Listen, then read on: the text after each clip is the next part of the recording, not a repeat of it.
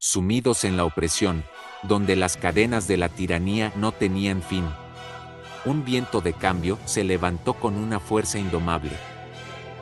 La noche oscura de la injusticia se extendía por las tierras de Francia, una nación quebrantada por siglos de monarquía absoluta, desigualdad y pobreza.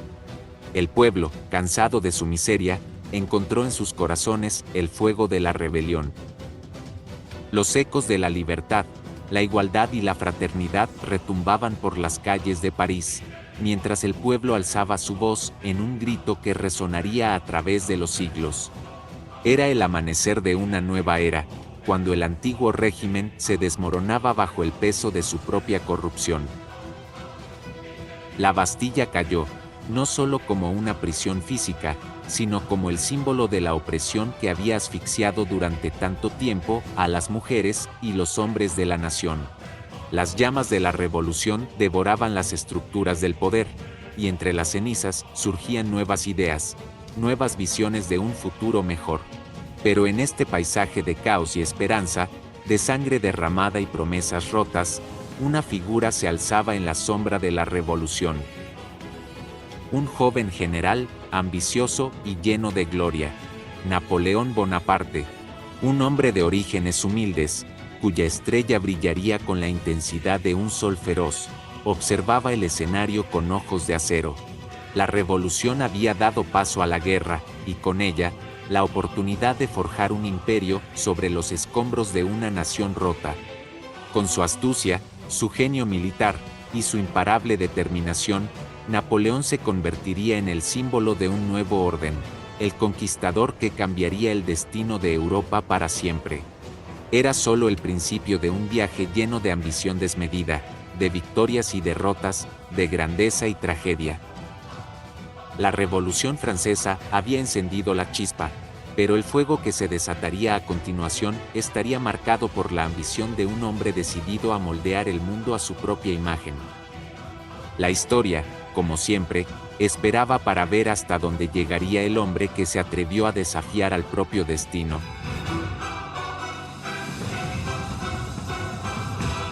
En este fascinante video, nos adentramos en los turbulentos inicios de la Revolución Francesa y el ascenso de un hombre destinado a cambiar el curso de la historia, Napoleón Bonaparte. Acompáñanos en este viaje a través del tiempo para descubrir la verdad detrás de este enigma histórico. Bienvenidos.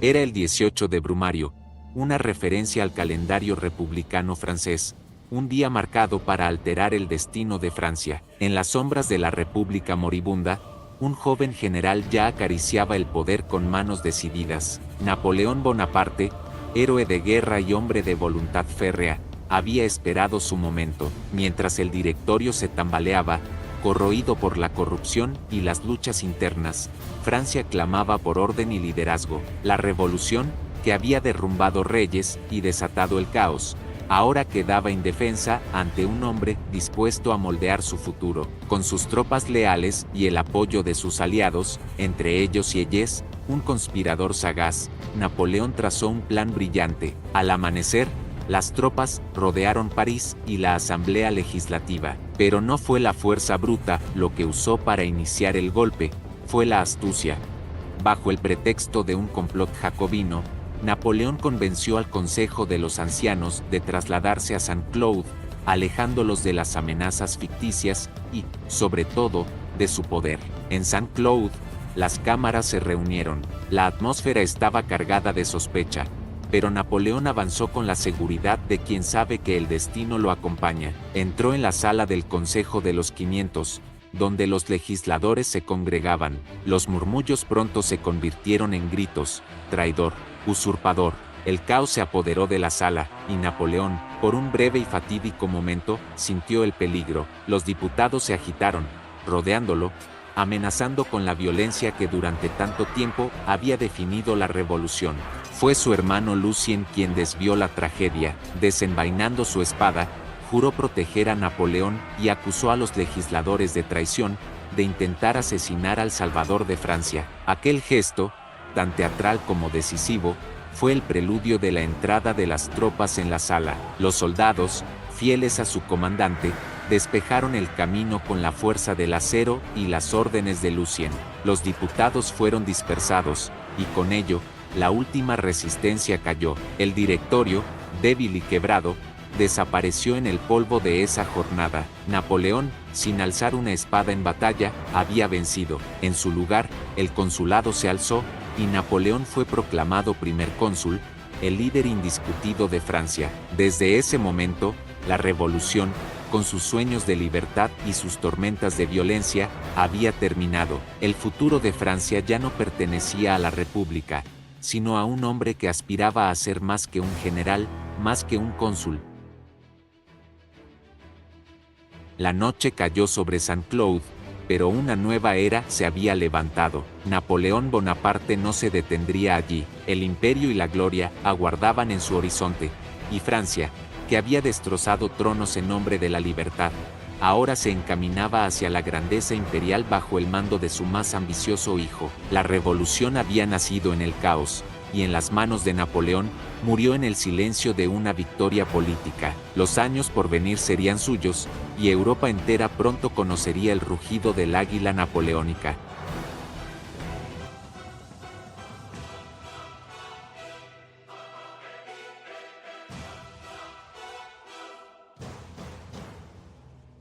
De todas las carreras que alcanzaron alturas vertiginosas en la tempestuosa era de la Revolución Francesa, ninguna fue más asombrosa ni trascendental que la de Napoleón Bonaparte. Nacido en la modesta nobleza corsa, Napoleón hallaría en la Revolución no solo un campo fértil para su ascenso, sino una senda que lo llevaría a la cima del poder como emperador de los franceses. Su destino y el de la Revolución se entrelazaron como dos fuerzas inquebrantables. Su brillante actuación en el sitio de Toulon marcaría el inicio de su estrellato militar. Desde allí, comandó con destreza el ejército de Italia, ganando fama e influencia, lo que culminaría en el decisivo golpe del 18 de Brumario, un hito que muchos consideran el verdadero final de la revolución. Pero para comprender a este Napoleón, hay que mirar al hombre que era en los albores de la revolución. En una isla forjada por vientos y montañas, se comenzaba a trazar los primeros pasos de un hombre destinado a cambiar el curso de la historia. En la ciudad de Ajaccio, Córcega, nació el niño que algún día sería conocido por el mundo entero, como Napoleón Bonaparte. Su linaje no era de reyes ni emperadores, pero portaba en sus venas la tenacidad de generaciones que se habían arraigado en la nobleza menor de Italia, emigrando a Córcega en 1529. En la nueva tierra, los Bonaparte se habían establecido, alzando su nombre entre la nobleza isleña. El padre de Napoleón, Carlo Bonaparte, abogado astuto y ambicioso, poseía la respetada Casa Bonaparte de Ajaccio, una construcción imponente de 3 plantas que miraba altiva hacia el horizonte. Pero esa casa era solo parte de su legado. En sus tierras se extendían un viñedo fértil y rebaños de ovejas que pastaban bajo el sol del Mediterráneo. Allí, en medio de esta escena bucólica, el joven Napoleón respiraba los aires de una grandeza que aún no conocía, pero que ya lo aguardaba. Napoleón no era ni el carismático comandante, ni el patriota francés que luego sería. Era un joven delgado y torpe, que ni siquiera se identificaba como francés. A sus 20 años, vivía una crisis de identidad, debatiéndose entre su deseo de alcanzar fama literaria y su formación como soldado. Sus lealtades oscilaban entre los ideales revolucionarios franceses y su fervoroso nacionalismo corso. Estos primeros años de la revolución fueron un periodo de transformación personal para el joven teniente de artillería, un proceso cuyo desenlace no solo forjaría su propio destino, sino también el futuro de toda Europa. Un año antes del nacimiento de Napoleón, Luis XV, el bien amado, compró la isla de Córcega a la República de Génova. Aunque los corsos llevaban siglos bajo dominio genovés, estaban habituados a autogobernarse, plantando las semillas de la independencia que influyeron en el joven Napoleón. La recién proclamada República de Córcega se había levantado con fervor para reclamar su independencia, pero este sueño de libertad fue pronto sofocado con la llegada de los franceses.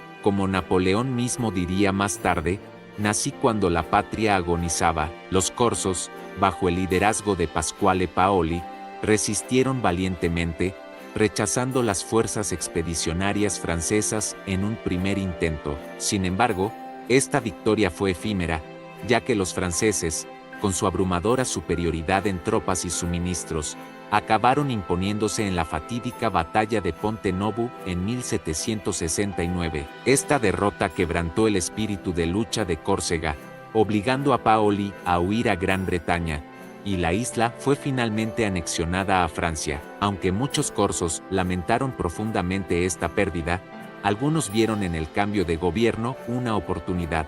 Carlo Bonaparte, padre de Napoleón y antiguo aliado de Paoli, fue uno de ellos. Tras abandonar la causa patriótica, Carlos se alineó con el nuevo régimen francés, asegurando un estatus de nobleza menor para su familia bajo las leyes francesas. Gracias a esta decisión, sus hijos mayores, incluido Napoleón, pudieron recibir una educación privilegiada en las academias reales francesas. Así, con solo 10 años, Napoleón fue enviado a la Academia Militar de Brienne, donde aprendió francés y mostró una notable habilidad para las matemáticas. Sin embargo, Paoli nunca olvidó ni perdonó lo que consideraba una traición por parte de Carlo. A pesar de la ocupación francesa y los beneficios que trajo consigo, el joven Napoleón permaneció ferozmente leal a la causa corsa. Admiraba a Paoli como un héroe exiliado, un símbolo de la lucha por la libertad, y soñaba con la independencia de su tierra natal. Este ferviente nacionalismo, junto con su marcado acento corso y su nombre poco común, registrado en la Academia como Napoleone Bonaparte, lo alienaron de sus compañeros franceses. Aislado y solitario, Napoleón se convirtió en un joven pensativo y sombrío, cuyas ambiciones comenzaban a forjarse en el crisol de su identidad dividida. A falta de compañeros, Napoleón halló refugio en las páginas de sus libros, donde la poesía y la historia se convirtieron en sus fieles aliadas. Se dejó cautivar por los filósofos de la Ilustración, en particular por Jean-Jacques Rousseau, cuyas ideas sobre la libertad y la identidad corsa resonaban profundamente en su alma. Este fervor por el pensamiento ilustrado sería el cimiento de las convicciones que más tarde lo impulsaría en su ascenso durante la Revolución. Educado por monjes, recibió una formación religiosa tradicional, pero en su interior germinaba una duda profunda, un escepticismo que no tardaría en aflorar. Aunque conocía bien las doctrinas de la fe cristiana, Napoleón no podía aceptar la divinidad de Jesucristo, cuestionando aquello que para muchos era incuestionable. Este desdén por lo sobrenatural no lo distanció de la religión, al contrario, lo llevó a verla con ojos calculadores, reconociendo su inmenso poder sobre las masas. Con el tiempo, esa frialdad estratégica se transformaría en una herramienta política que Napoleón manejaría con destreza durante su ascenso al poder. Un año después de haberse graduado con honores de la prestigiosa escuela militar como teniente de artillería, el joven Napoleón, con apenas 16 años, se embarcó en una ambiciosa búsqueda literaria. Conscientemente, se enfrentaba a un futuro incierto, consciente de que su origen como noble corsa de bajo rango lo alejaba de las grandes oportunidades en el ejército francés. Para compensar esta desventaja, dirigió su mirada hacia la gloria literaria. A lo largo de la siguiente década, dedicó su tiempo a escribir más de 60 ensayos, novelas y cartas, intentando dejar su huella en el mundo de las letras. Sin embargo, el camino hacia la publicación se mostró esquivo, y durante un tiempo, parecía que el joven teniente de artillería estaba destinado a una existencia sombría, atrapado entre las sombras de la literatura y la militaridad. Su ambición, sin embargo, no permitiría que la oscuridad lo reclamara por mucho tiempo, pues su destino estaba entrelazado con el de la revolución que pronto se avecinaba. Entonces, el curso de la historia dio un giro inesperado. Los Estados Generales se transformaron en la Asamblea Nacional, despojando de su autoridad al rey. En julio, la ira de los plebeyos estalló con el asalto a la Bastilla, un acto de desafío que marcó el inicio de la Revolución Francesa. A pesar de sus obligaciones como oficial en el ejército francés, Napoleón abrazó la revolución como una manifestación de los ideales ilustrados en los que había depositado su fe, un triunfo de la razón y la lógica. No obstante, como buen soldado, cumplió con su deber y ayudó a reprimir una revuelta en Auxonne, arrestando a 33 personas apenas 8 días después de la caída de la Bastilla. La revolución no solo transformaba la Francia de su tiempo, sino que también forjaba el destino de un joven que se convertiría en uno de sus protagonistas más notorios. Los Bonaparte se unieron aún más a la causa revolucionaria cuando la Asamblea Nacional proclamó a Córcega como departamento de Francia. Sometidos a las leyes francesas, los corsos se beneficiarían de la ciudadanía, y, como si fuera poco, la Asamblea decidió que la isla sería gobernada únicamente por corsos. En un giro inesperado, también invitaron a Pasquale Paoli a regresar tras sus 22 años de exilio. Este anciano luchador por la libertad veía el decreto de la Asamblea como un mero intento de París de imponer su voluntad sobre la isla. Paoli se negó a apoyar la candidatura de José Bonaparte como diputado a la Asamblea de Córcega. La animosidad entre Paoli y los Bonaparte se intensificaba, y con ello se tejía un complejo entramado de lealtades y rivalidades en el corazón de Córcega, un escenario que pronto se convertiría en un campo de batalla ideológico y personal. Tras un breve regreso al servicio en Francia, Napoleón volvió a Córcega, decidido a presentarse a las elecciones como teniente coronel de la Guardia Nacional de la isla. La contienda electoral fue una batalla encarnizada, repleta de sobornos y secuestros temporales de funcionarios, un reflejo de la turbulenta política corsa. Paoli, el antiguo héroe, se alineó con el oponente de Napoleón, pero este contaba con el apoyo de Antoine Christophe Salicetti, representante de la Convención Nacional en Córcega. Con el respaldo de París, Napoleón emergió victorioso, asegurando tanto la elección como la tenencia de coronel. Sin embargo, poco después de asumir su puesto, Salicetti ordenó que todos los monasterios y conventos de Ajaccio fueran despojados de sus bienes, destinándolos a financiar el tesoro del gobierno central en París. Esta medida desató la indignación de los ciudadanos católicos de Ajaccio, quienes se amotinaron en el día de Pascua. Napoleón se vio obligado a reprimir la revuelta. La sangrienta lucha se prolongó durante 4 días, dejando tras de sí un rastro de caos y violencia, en la que incluso uno de los leales lugartenientes de Napoleón perdió la vida a su lado. En medio de la confusión, Napoleón intentó, sin éxito, tomar la ciudadela fortificada, defendida por tropas regulares francesas. Paoli, al ver la oportunidad de deshacerse de su rival, escribió al Ministerio de Guerra en París, acusando a Napoleón de traición, y así se tejía un nuevo capítulo en el drama que marcaba la vida del joven coronel. Afortunadamente para Napoleón, el asunto de la revuelta en Ajaccio no se resolvió de inmediato, ya que el Ministerio de Guerra estaba abrumado con otros temas. Francia declaró la guerra a Austria y Prusia e invadió los Países Bajos austriacos, lo que desvió la atención del gobierno. Con la situación en Ajaccio tensa tras la debacle del domingo de Pascua, Napoleón regresó a París, ansioso por reanudar su carrera militar. Estaba en la ciudad durante la manifestación del 20 de junio de 1792, cuando una turba parisina irrumpió en el Palacio de las Tullerías. Allí, se enfrentaron al rey Luis XVI y a la reina María Antonieta, obligando al rey a colocarse el gorro rojo de la libertad en el balcón del palacio. Aunque no respetaba la monarquía, Napoleón sentía un profundo desdén por las turbas y se preguntaba por qué el rey y sus guardias no habían resistido la humillación. Su estancia en París continuó en septiembre, cuando más de 1.200 personas fueron asesinadas en las infames masacres de septiembre. Este acto, una reacción desesperada ante la amenaza de Prusia y Austria de destruir París, fue sorprendentemente defendido por Napoleón. Luego declaró: "Creo que las masacres han producido un poderoso efecto en los hombres del ejército invasor.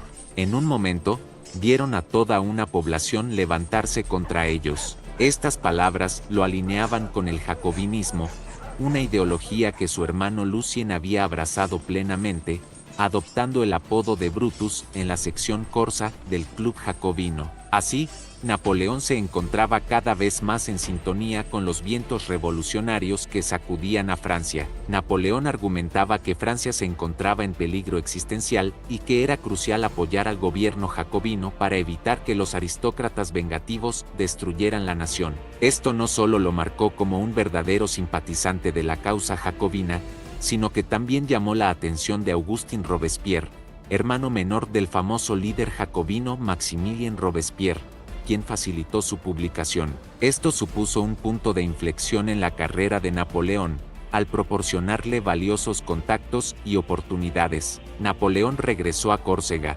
justo después de la declaración de la Primera República Francesa, decidido a defender la causa de los jacobinos. Sin embargo, se encontró con una isla aún más antifrancesa que cuando la dejó, pues muchos corsos estaban descontentos debido a las políticas de descristianización de la revolución y las recientes masacres de septiembre. A pesar de este ambiente hostil, Napoleón se mantuvo firme en su apoyo a la revolución. En febrero de 1793, después de la ejecución del rey Luis XVI, Napoleón recibió su primer mando militar verdadero. Su tarea era liberar 3 pequeñas islas sardas que pertenecían al reino de Piamonte-Cerdeña, que se había convertido en uno de los enemigos de Francia. Fue seleccionado por Paoli, quien, quizás en secreto, esperaba que la misión fracasara, mientras que la Convención de París solicitaba 10.000 hombres para la expedición.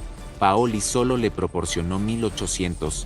Un número insuficiente para completar la tarea. Esta falta de recursos obligó a Napoleón a regresar a Córcega con un sabor amargo de derrota. A estas alturas, la ruptura entre los partidarios de Paoli y la Convención Nacional era inevitable. La lealtad de Paoli se estaba inclinando hacia Gran Bretaña, sus antiguos anfitriones durante su exilio. A pesar de este clima de tensión, Napoleón intentaba conciliar su lealtad a su patria con su nueva identidad como revolucionario francés. Sin embargo, cuando Antoine Christophe Salicetti ordenó el arresto de Paoli por traición, sus seguidores se rebelaron contra el régimen jacobino. Napoleón se encontró en una encrucijada y tomó la decisión de alinearse con la República. Napoleón fue detenido por los partidarios de Paoli mientras se dirigía a reunirse con su hermano José en Bastia. Fue liberado poco después por aldeanos que simpatizaban con Francia, aunque su hogar familiar, la Casa Bonaparte, fue saqueada por los paolistas unas semanas más tarde. Tras la toma de Ajaccio, el gobierno de Paoli ilegalizó oficialmente a la familia Bonaparte. En un acto de desilusión, Napoleón finalmente denunció a su héroe de la infancia, afirmando que Paoli tenía odio y venganza en su corazón. Con pocas opciones, toda la familia Bonaparte abandonó Córcega, desembarcando en la ciudad portuaria francesa de Tolón 2 días después. A finales de mes, Paoli, en un giro radical, reconoció al rey Jorge III de Gran Bretaña como gobernante de Córcega, marcando una profunda división en la isla y consolidando aún más el alejamiento de Napoleón de su antiguo ídolo. Las conexiones jacobinas de Napoleón pronto comenzarían a dar sus frutos. Un ejército combinado de la coalición, formado por británicos, españoles y napolitanos, ocupó Tolón por invitación de los rebeldes que se habían sublevado allí. Gracias a su amistad con figuras jacobinas influyentes como Antoine Christophe Salicetti y Augustin Robespierre, y dado que el ejército francés se había visto mermado por emigraciones y ejecuciones masivas, Napoleón fue ascendido rápidamente al rango de mayor en el ejército enviado para recuperar la ciudad. En octubre, se le asignó el mando de toda la artillería que participaba en el asedio. Sus brillantes y audaces acciones durante el asedio de Tolón marcaron el primer capítulo de la leyenda napoleónica. Desempeñó un papel crucial en la caída de la ciudad en diciembre. Por sus acciones, recibió el rango de general de brigada el 22 de diciembre, con apenas 24 años. Aprovechando su nueva influencia, Napoleón presentó un plan para la invasión de Italia al Comité de Seguridad Pública a principios de 1794. Su propuesta fue respaldada por Augustin Robespierre, quien supervisaba el teatro de guerra italiano y había ayudado a conseguir que Napoleón fuera nombrado comandante de artillería del ejército de Italia. Sin embargo, en julio, Napoleón se embarcó en misiones secretas a Génova en nombre de Robespierre, buscando integrarse más estrechamente en el liderazgo jacobino. Desafortunadamente, era el peor momento para hacerlo. Ese mismo mes, la reacción termidoriana llevó a la caída y ejecución de los principales líderes jacobinos, incluidos los hermanos Robespierre. Debido a su relación con Augustin, Napoleón fue detenido el 9 de agosto en Niza. Si Napoleón hubiera estado en París cuando los jacobinos perdieron el poder, podría haber sido guillotinado junto con su antiguo patrón. Sin embargo, fue liberado el 20 de agosto por falta de pruebas, mientras otros antiguos jacobinos optaron por ocultarse tras una experiencia tan cercana a la muerte. Napoleón mantenía su insaciable ambición. Sus hazañas pronto llamaron la atención de uno de los nuevos líderes termidorianos, Paul Barras, quien le encomendó la tarea de reprimir un levantamiento en París, la revuelta del 13 de Vendémiaire. Napoleón ejecutó esta misión con calculada eficacia, utilizando la famosa pizca de racimo de metralla, una munición que, al ser disparada, libera un conjunto de pequeñas bolas o fragmentos de metal que se dispersan en todas direcciones, causando devastación en las formaciones enemigas. Con fría eficacia, requisó cañones y ordenó disparar metralla contra la multitud, sofocando brutalmente la revuelta. Este éxito elevó aún más su posición en la jerarquía militar. Gracias en parte a las gestiones de su nuevo mecenas Barras, Napoleón recibió el mando del ejército de Italia. La primera campaña de Italia de Napoleón marcaría un punto decisivo en la guerra de la Primera Coalición, además de colocar a Napoleón en la trayectoria hacia el trono de Francia. Barras no solo lo conectó con Josefina de Barnes, una viuda de 32 años con quien Napoleón se casaría poco después, sino que también lo colocó al mando del ejército francés de Italia. Tras contraer matrimonio en una ceremonia civil, Napoleón estaba listo para emprender una campaña que cambiaría su vida y la historia de Europa.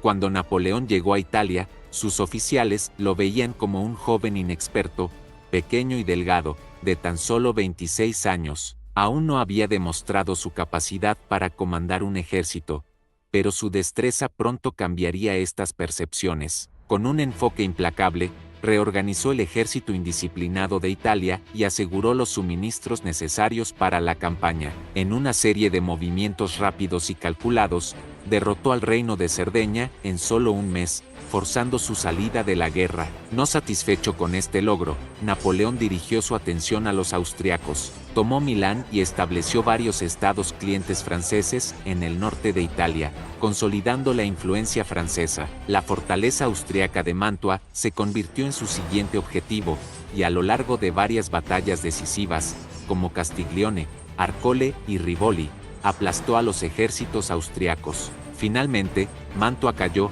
y el ejército de Napoleón se encontraba en posición de amenazar Viena. Esta sucesión de victorias obligó a los austriacos a pedir un armisticio, que culminó en el Tratado de Campo Formio, poniendo fin a la guerra de la Primera Coalición. Con esta campaña, Napoleón no solo consolidó su estatus militar, sino que también comenzó a forjar el mito que lo acompañaría durante toda su carrera. El éxito arrollador de Napoleón en la campaña italiana cimentó su reputación como un líder carismático y astuto. Sus soldados, llenos de admiración, lo apodaron cariñosamente el Pequeño Cabo, una muestra del afecto que sentían por su comandante. Sus hazañas, como la audaz carga a través del puente de Arcole, se convirtieron en leyendas que alimentaron su creciente mito en Francia. Ya como figura prominente, Napoleón fue autorizado a liderar una expedición a Egipto, buscando desafiar el dominio británico en la región.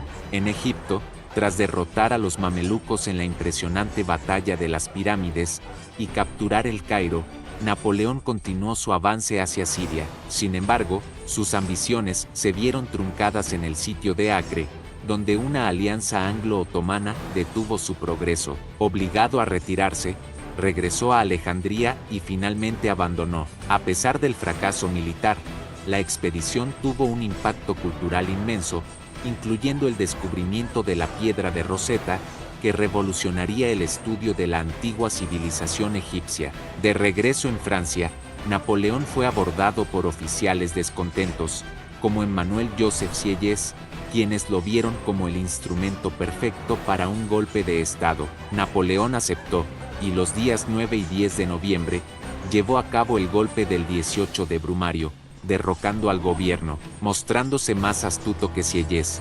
Tomó el control absoluto, estableciendo el consulado francés. Este movimiento marcó el fin de la Revolución Francesa y el amanecer de la era napoleónica, una época que transformaría no solo Francia, sino a toda Europa. Así comenzaba la era napoleónica, un periodo que no solo transformaría radicalmente a Francia, sino que remodelaría el mapa de Europa entera. Con astucia, determinación y una ambición sin límites, Napoleón se preparaba para inscribir su nombre en los libros de la historia, dejando una huella que el tiempo jamás borraría. Con el fin de la Revolución Francesa y el surgimiento de Napoleón Bonaparte, Europa se encontraba ante un nuevo amanecer. Lo que había comenzado como una lucha por la libertad, igualdad y fraternidad, culminaba con la aparición de un hombre cuyo genio militar y político dominaría un continente. Napoleón, el visionario, el estratega, estaba destinado a marcar una era de conquistas y reformas que cambiarían para siempre la historia del mundo. Las sombras de la revolución se desvanecían, mientras la era napoleónica se alzaba para reescribir el destino de naciones enteras. Si este recorrido por la fascinante historia de Napoleón Bonaparte te ha dejado intrigado o te ha brindado nuevas perspectivas, te invito a dejar tus comentarios y compartir tus reflexiones. No olvides darle like, suscribirte para más contenidos y activar la campana de notificaciones. Gracias por acompañarnos en este viaje. Hasta la próxima aventura histórica.